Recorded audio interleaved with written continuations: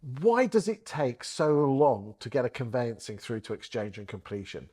Today I'm joined by Chris Barry, who is a director at Thomas Legal, big in the game solicitors from from around the Cheltenham area, isn't it? We are, yes, yes. And Chris, why does it take so long? 120, 150 days according to Rightmove. Why does it take so long to get it through from sale agreed to exchange and completion? Talk to me.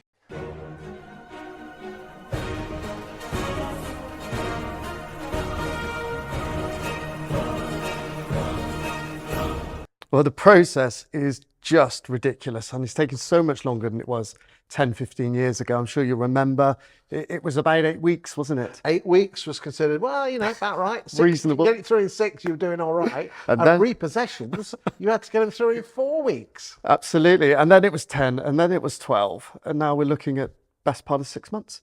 Absolutely ridiculous. And I think there are so many reasons for this, and there are so many parts of the process that have fallen down, from technology, mortgage lenders, regulation, local authorities, land registry. The list just goes on and on and on. And I listen to so many people talk about the different specific areas that could be improved upon to get this 150 days down. But in my opinion, from what I see every single day, really the bulk of it, the big part of that 150 days is all down to conveyancing. What do you mean by that? I mean, I hear horror stories of panel solicitors, and because the panel is taking so much out, there's not much left, so they've got to employ people on minimum wage. Yeah. And do coastal searches on properties in Droitwich, hasn't been near the sea forever. Yeah. And then there's estate agents, they're not very good at chasing. And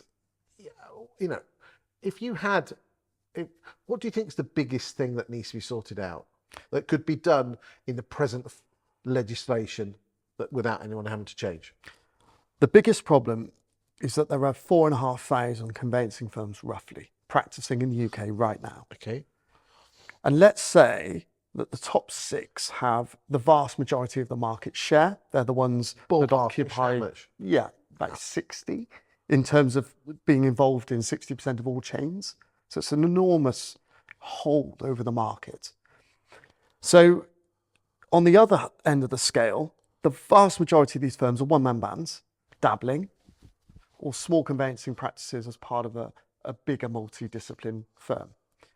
And the problem with the one-man bands is they probably want to shut up shop, but they can't afford to, because once you close, you've got to carry on paying PII for 6 years.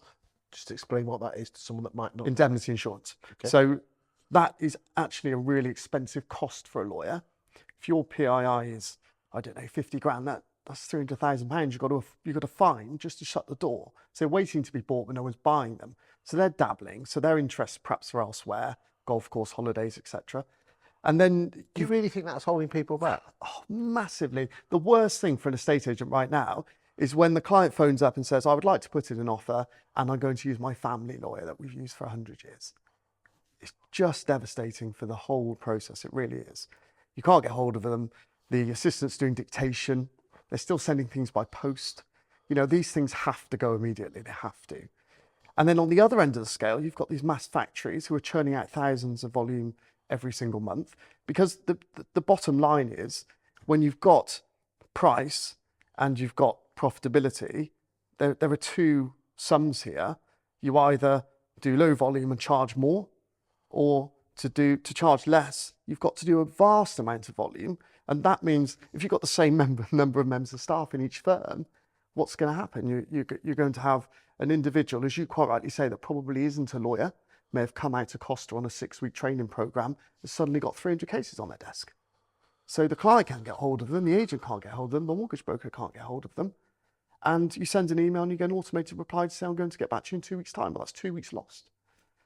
And that then brings us to, well, what is working? And it's firms right in the middle of that pack that specialise in property, don't do anything else. And they do it, in my opinion, in the right way.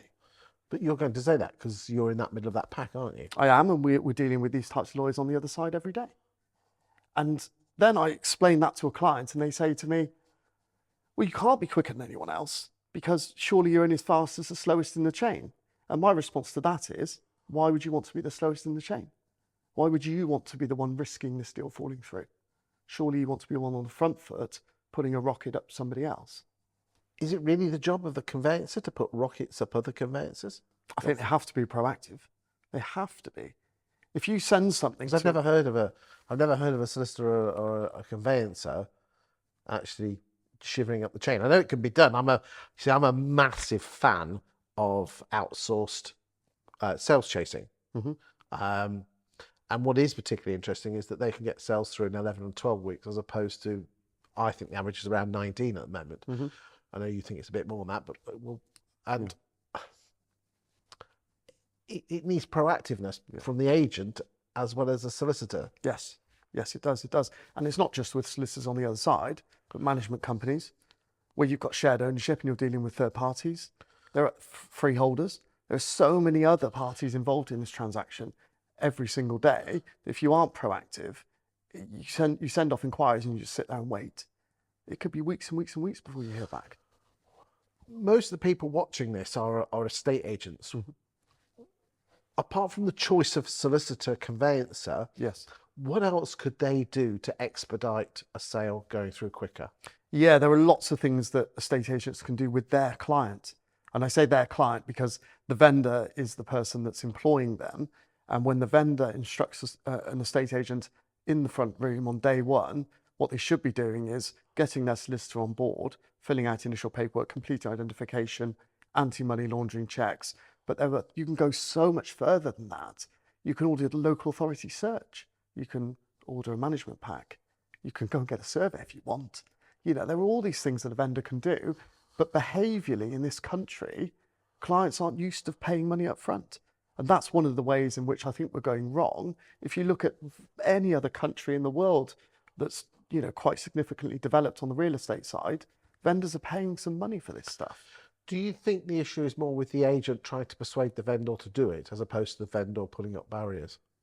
Yeah, potentially. So I've sat in management meetings with estate agency, multi-office firms of say 5 or 6 strong, and they'll say, oh, no, our client won't pay any money up front.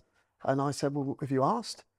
Oh, no, I just know they won't. And it's probably this barrier of it could be things like EPCs or photographs or whatever it is. I think they might have tried in the past and thought, oh, well, actually, if I'm going to charge my client, but my competitor isn't, they're going to go with my competitor. Of course they are. But I don't think that's necessarily the case. I think it needs to be a confidence perspective. Really good example. I spoke with an estate agent in Gloucestershire talking about an upfront fee. This is to pay for local authority search to speed the process up by a tangible 4 weeks. And the upfront fee was, I think, quite insignificant compared to the average property value they were selling. By comparison, there was an estate agent in Sheffield, and they charged every single seller £500, which was more than this agency in Gloucestershire. And they got 100% of their clients to do so. But their property value was much lower. So I think people will part with money if you can explain the value properly.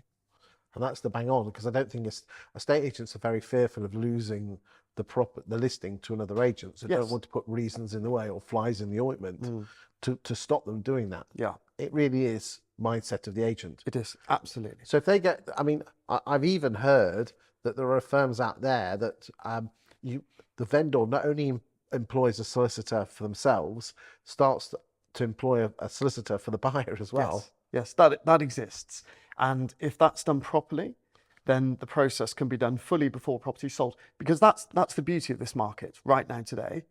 It's taking longer to sell a property. Straight after COVID, you were selling them like this. It was just rapid. But let's say and you could probably tell me the average, I don't know what it is. But if it takes 8 to 12 weeks to sell a house now. Yeah, it's about 70 to 90 days, depending on where you are in the country. Perfect. You can get all the legal work done in that time. And yes, there's a risk and not everybody will want to do it.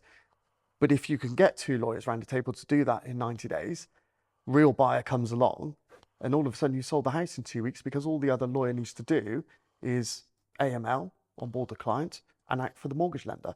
Providing there are no additional inquiries raised and there's no complexities, that can be done in a couple of weeks. It's possible. And why don't you think we do more of that? I think it's massively behavioural. It really is. We agents are taking, or were taking on too many clients that just wanted to test the water, which I think is one of the issues. I mean, would it surprise you that 47% of homes that come on the market don't sell? That's a massive amount, isn't it? So half their business, half their time spent is spent with somebody who they're not going to earn commission off. Exactly. And I think that's a huge worry. So for lawyers, and I think estate agents should find a way in which they can monetize some of their time because their time's valuable. For lawyers, they charge abortive billing most of the time. And the ones that don't, I wonder how they make a living, you know, but I think you should be charging for your time. I think it's important. Chris, thank you for your time today. It's been very insightful. Please do put in the comments anything that you think the estate agency industry should be doing or not doing, and also what conveyancers should or should not be doing. Thank you for your time today, Chris. Thank you, Chris.